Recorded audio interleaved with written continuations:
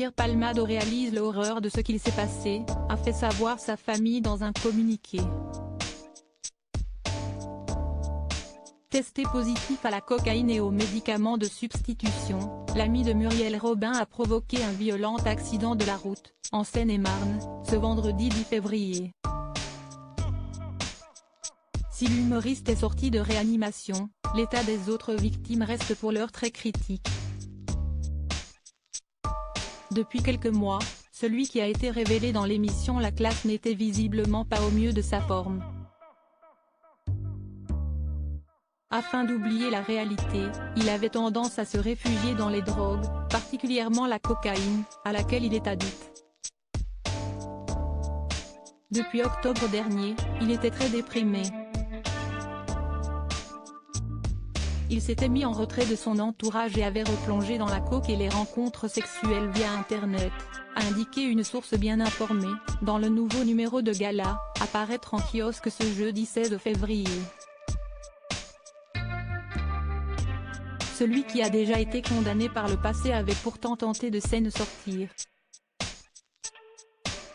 Les problèmes de drogue, je souhaite, je veux, je prie pour qu'ils soient derrière moi, affirmait-il, celui qui s'est installé en 2019 dans sa propriété de Célie-en-Bière, loin de Paris et ses tentations.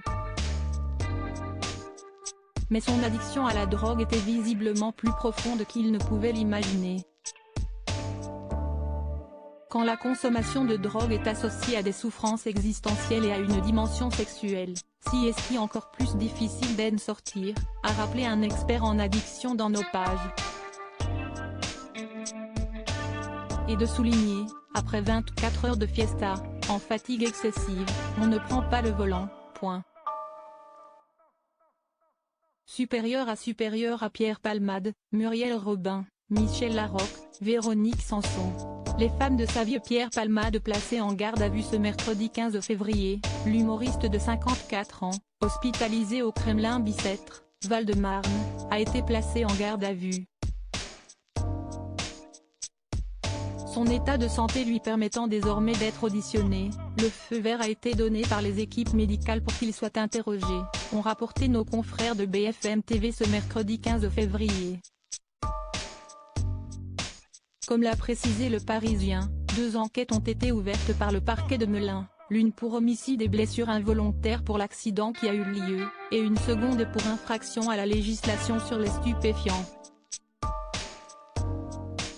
Retrouvez l'intégralité de nos révélations sur l'accident de Pierre Palmade dans le nouveau numéro de Gala, en kiosque ce jeudi 16 février ou disponible en cliquant ici. Vous pouvez aussi recevoir Gala chez vous chaque jeudi en profitant d'une offre d'abonnement sans engagement. Crédit photo, best image.